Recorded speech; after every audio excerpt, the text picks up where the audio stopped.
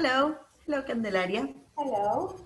We are Candelaria Ferrara and Luz Avruj. We are the instructors for the service learning class at the program at Fundación Ortega y Gasset. We would like to share with you what our class is about. We will be showing you a little bit of what service learning looks like in Argentina and in Latin America. We will share with you a very quick presentation about it. So as you said, this is the service learning class and we are the instructors. And we will be working on service learning. This is learning from and with the community. We will share with you today the main components of the service learning approach. And these are real, verifiable solidarity.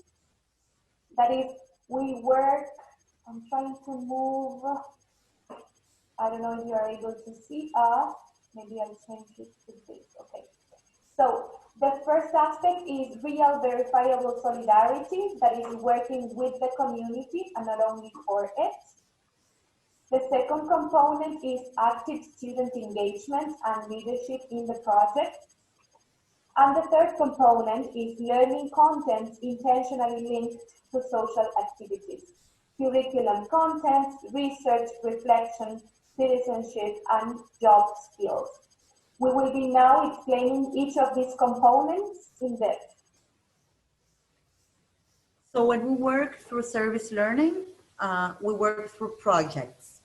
You will be invited to our classes, of course, which happen in the classroom, but our class has another part that is held together with a community organization. And within that community organization, you will develop projects with these three characteristics that Candelaria has just shared with you. What do we mean by solidarity? In this picture of Game of Thrones, you may have watched Game of Thrones. She's the savior of poor people.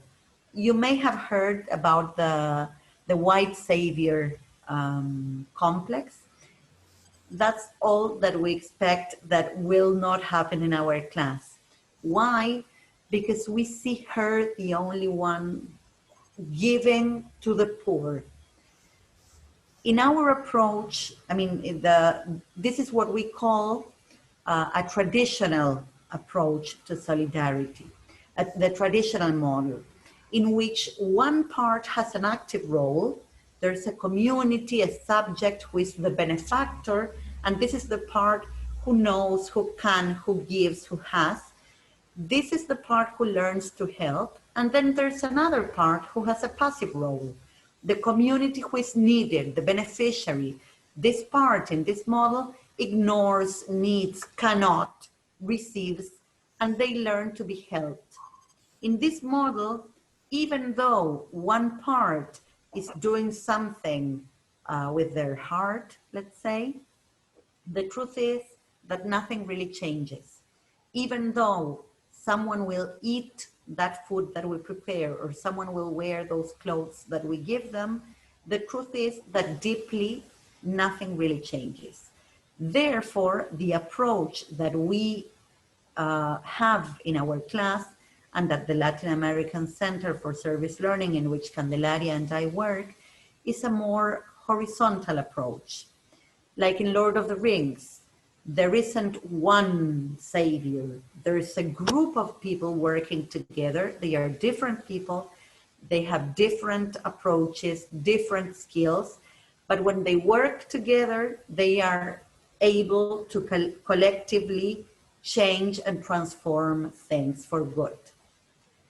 Therefore, the approach that we do choose for our class and for the service learning projects that you will develop is what we call a horizontal approach to solidarity.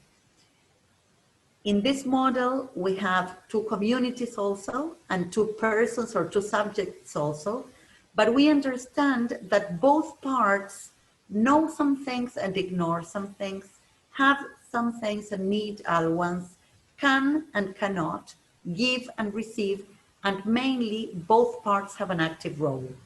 In this way, things really change. It's not an as if things changed, but we are able to see a real transformation. The second component is active student engagement and leadership in the projects. Service learning is a proposal in which everyone involved has an active role, but not only developing activities, but taking part in the decision process. So we are sharing with you this ladder of participation. This was a proposal to see which are the differences in different kinds of participation in projects. As you can see, the lower step has to do with manipulation, and as you move up, you will see how the people involved, in this case youth, take a more active role, but not only in doing things or doing what others say that needs to be done, but it has to do with the reflection process and the decision-making process. So the different steps move up from manipulation. So as Luz was saying before, in the traditional model, there's one person that is more active and decides, and there's another person or another organization or another partner that is passive. This has to do with manipulation. We like to promote this perspective in which in the upper steps you see that the management of the project is shared, and everyone involved has the possibility of making decisions and sharing all parts of the project together. There are some examples here that show the same ladder of participation, in which you can see 3 different projects that, depending on the level of participation, we can provide examples of the different involvement possibilities. The first step would be when participants are only beneficiaries. As you can see in this picture, and Luz was using the same example, there are a group of people that are being fed, they are receiving food, but they are not taking an active role in this. If it was a project, they will not be taking an active role. They will be only receiving passively the help of someone else. The second step we have here is these students or these youth as participants. So there is one person that is suggesting, that is proposing a very nice activity, such as playing music, but in this project, the participants, the youth, are only doing what someone else is saying that they have to do. In this case, they are participants, so they are still not having a very active role. It's still a bit more active, but it's not the same as in the last picture, in which we see a young lady caving a hole and planting a seed. This is a project created and done by kindergarten school in the Argentinian Patagonia, and it's a project in which kindergarten learners, as you see, very young learners, are reforesting a forest that was set on fire, and this young lady is planting traditional plants, native plants, to reforest this wood. So in this case, the young lady, as well as all her classmates, are taking an active role in making an impact in the community. The next, Luz, would you like to add? It's the same. You are silenced. Sorry. We like to think of these kind of service learning projects, as projects that help communities bond and relate in a better way. This is a picture showing how we understand local territories.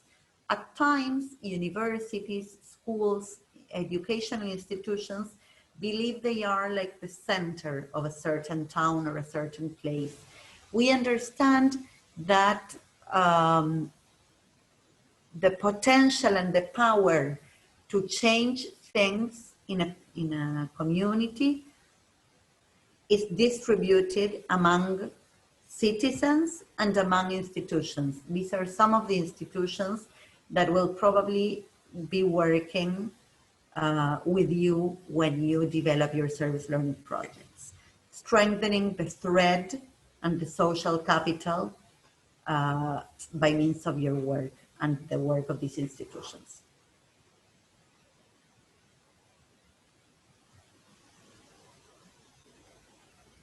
So let's go to the last characteristic of service learning. Remember that we talked about the first two so far.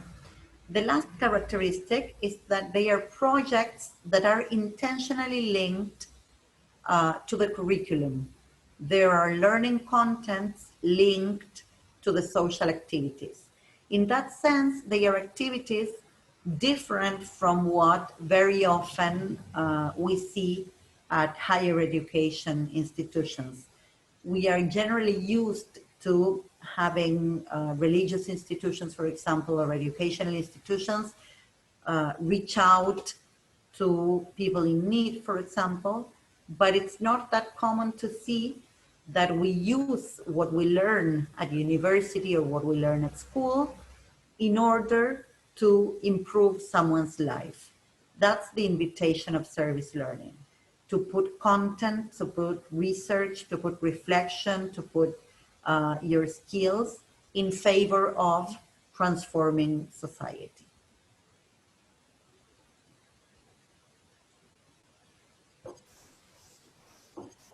Let's move on to the next one. There we go. So this is the invitation of this class. This is the general presentation. Throughout the class, as we said before, we will be working theoretically in class by reading different texts and bibliography, watching videos, having discussions and reflections. And another part of the class will be on site at community organizations in which you will be part of this thread that I was mentioning before. You will be incorporated in the work that they usually do with the community, to become a part of it, to help in that process, and to learn from that process. Yes, you will be able to leave the three components that you have just mentioned, to leave them while you are taking the class in FOGA. So we hope to see you soon. We hope you're all well and healthy, and we're here available if you have any further questions. Thank you. Looking forward to having you here in Argentina.